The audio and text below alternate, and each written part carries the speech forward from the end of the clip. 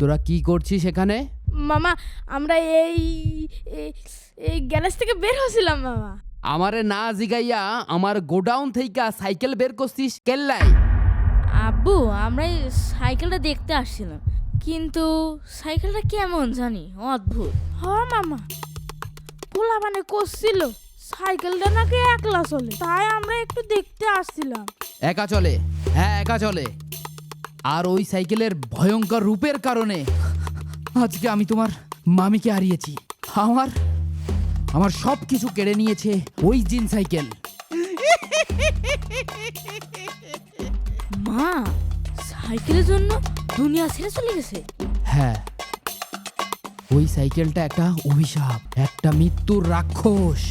যে ওকে নিয়ে খেলতে গেছে সেই ধ্বংস হয়ে গেছে। আমরা তো এইসব জানতাম না মামা, জানলে তো এদিকে আসতামই না। একটা কথা কান খুলে শুনে রাখো, আজ থেকে কেউ ওই জিন সাইকেলের ধারে কাছে যাবে না। তোমাদের দুইজনের জন্য ওই গোডাউনে যাওয়া সম্পূর্ণ নিষেধ।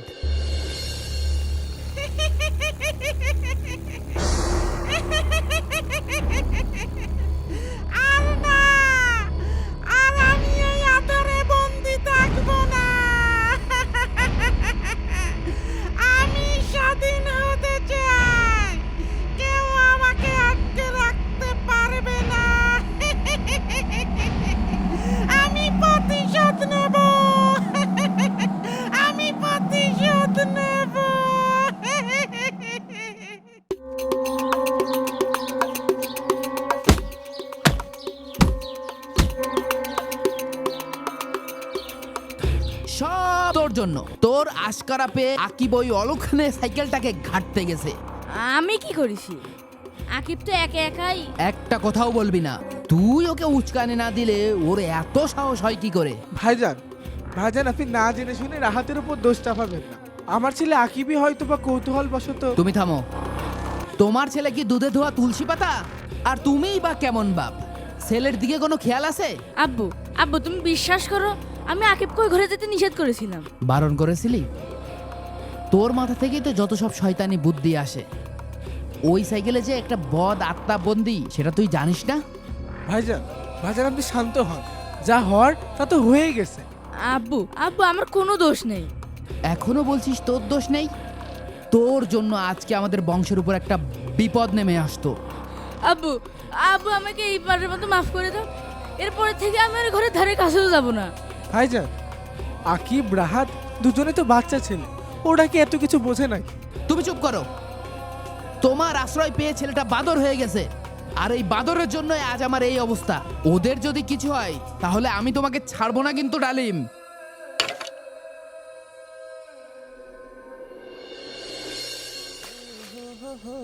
আরে সেদিন তো মামার ভয়ে কিছুই করতে পারিনি, তবে আমার কাছে একটা মারাত্মক আইডিয়া আছে। এইবার আমি এর শেষ দেখেই ছাড়ব। মারাত্মক আইডিয়া? কি শুনি? আচ্ছা তার আগে একটা কথা বলতো, মামার এই অটোমেটিক সাইকেলটা বাজারের ভিতর নিয়ে গেলে কেমন হয় বলতো? মনে কর বাজারের দিন, অনেক লোকজন থাকবে। কি বলিস এসব? যদি সাইকেলটা সত্যি সত্যি মানুষের ভিড়ে একা চলতে শুরু করে, তখন তো কেলেঙ্কারি হয়ে যাবে। সবাই তো দেখে অবাক হয়ে যাবে। আর তার থেকে বড় কথা, যদি আব্বু জানতে পারে, তাহলে তো মেরে আমাদের পিঠে ছাল চামড়া সব তুলে ফেলবে।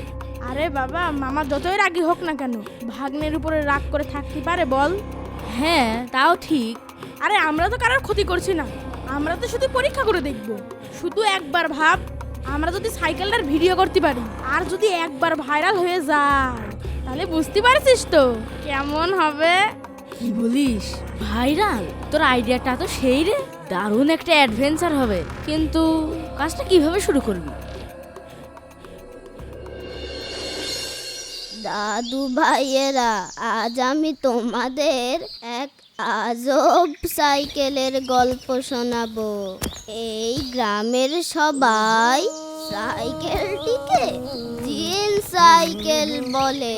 দাদু আসসালামু আলাইকুম। দাদু, এই গ্রামে নাকি 1980 সালের একটা জিন সাইকেল আছে, বিষয়টা কি সত্য? জিন সাইকেল? কিন্তু তোমাদের বাড়ি কোথায় বাবু আমরা বাংলাদেশ জাদুঘর থেকে এসেছি দাদু। এই ঐতিহাসিক সাইকেলটি আমাদের জাদুঘরে প্রদর্শনের জন্য সংগ্রহ করতে এসেছি দাদু। তাহলে তো আপনারা তহিদুল ইসলামের কথা বলছেন। ঐতিহাসিক ওই সাইকেলটা ওর দাদাই কিনেছিলেন। সাইকেলটা খুব অদ্ভুত। হ্যাঁ ঠিকই বলেছেন, আমরা সেটাই খুঁজতে এসেছি। আচ্ছা এখন বলেন তো সাইকেলটা আমরা কোথায় গেলে পাবো? এই রাস্তা দিয়ে সোজা গিয়ে যান, সামনে থেকে বামে যাবেন, তারপরে ডান হাতে দেখবেন একটা বড় নারকেল গাছ।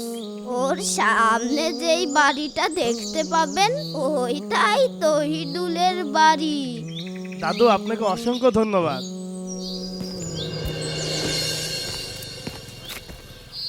আসসালামু আলাইকুম, বাসায় কেউ আছেন?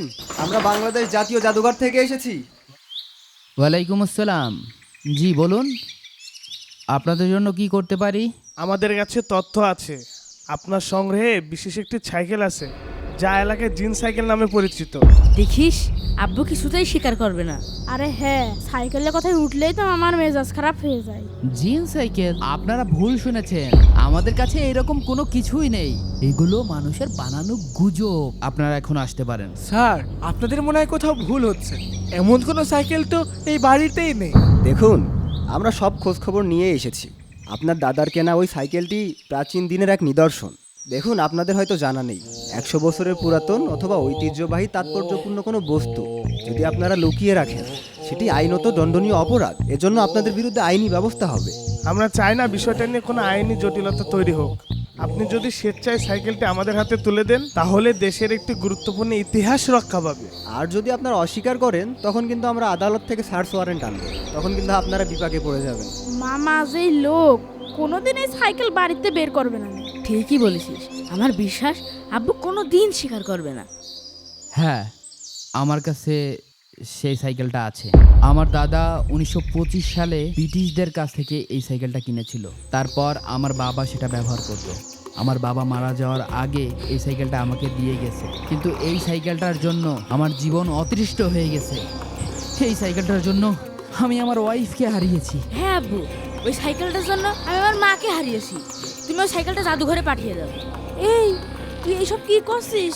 সাইকেলটা তো জাদুঘরে নিয়ে যায়, তাহলে আমরা পরীক্ষা করবো কি দিয়ে? আমি এই অভিশপ্ত সাইকেল আমার বাড়িতে আর রাখতে চাই না। আপনারা যেহেতু এটিকে জাদুঘরে নিয়ে যেতে চান, তাহলে আজকে রাতের মধ্যেই নিয়ে যান। কষ্ট পাবেন না, আমরা আপনার অনুভূতি বুঝতে পারছি, কিন্তু আপনি দেশের জন্য একটি মহৎ কাজ করছেন, এজন্য আপনাকে অসংখ্য ধন্যবাদ।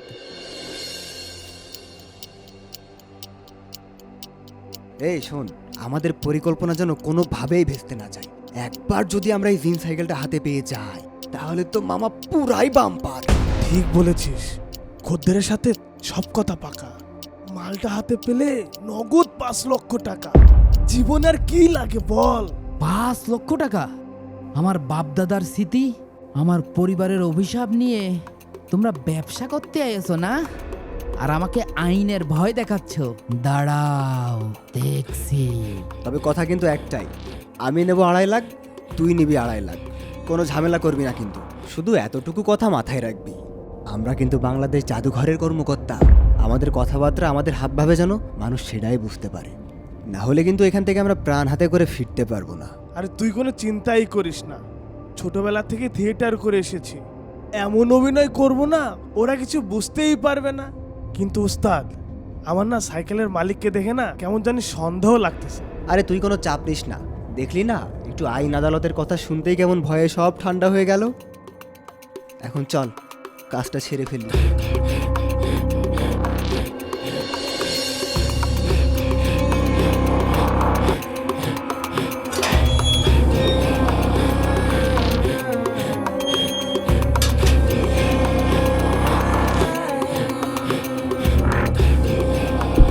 যাক, ওই সাইকেলের মালিকটা নিচেই আছে, ভালোই হয়েছে।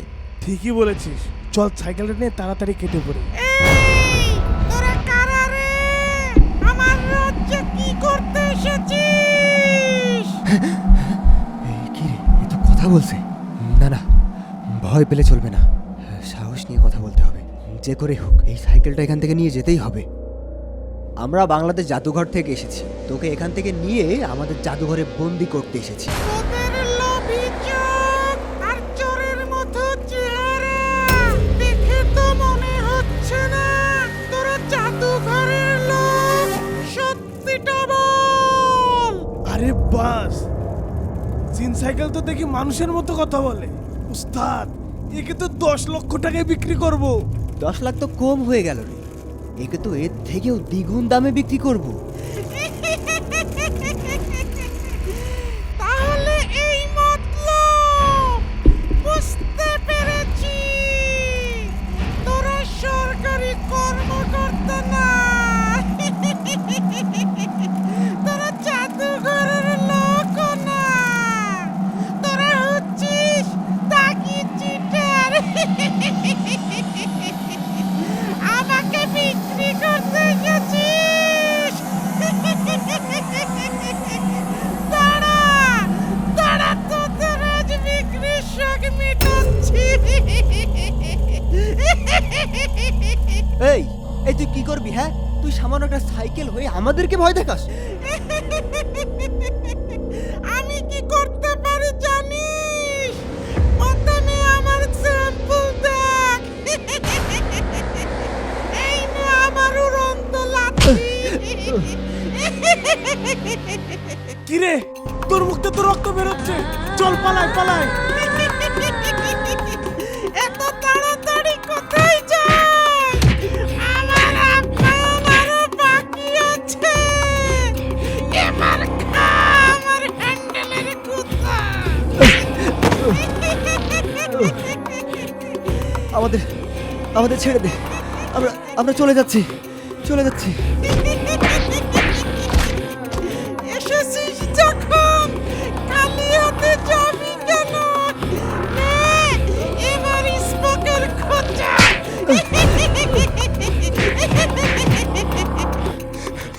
মাফ করে দে, আমাদের মাফ করে দে, আমরা আর আসবো না। আয়, কোথায় পালাচ্ছিস? আমাকে 10 লক্ষ টাকায় বিক্রি করবি না? আমাকে নিয়ে যা। তোরা বাঁচতে চলে পালা, আয় আয়, পালা পালা পালা।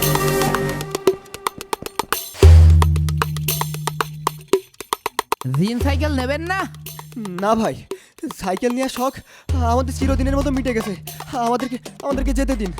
আরে ভাই, নিয়ে যান। এত কষ্ট করে এলেন, সাইকেলটা নিয়ে যেতে পারলে নাকি 10 লক্ষ টাকায় বিক্রি করবেন? সাইকেল মাইকেল লাগবে না, জীবন বাঁচানো ফরজ। চল উস্তাদ, পালাই। মামা, এই দুজন তো প্রতারক, এরা তো জাদুঘরের লোক না। আমি জানি আকিব, আমি শুরু থেকেই জানতাম ওই দুইজন ছিল প্রতারক। কারা কারা জিন সাইকেলের 3য় পর্ব চান একটু কমেন্ট দিয়েন।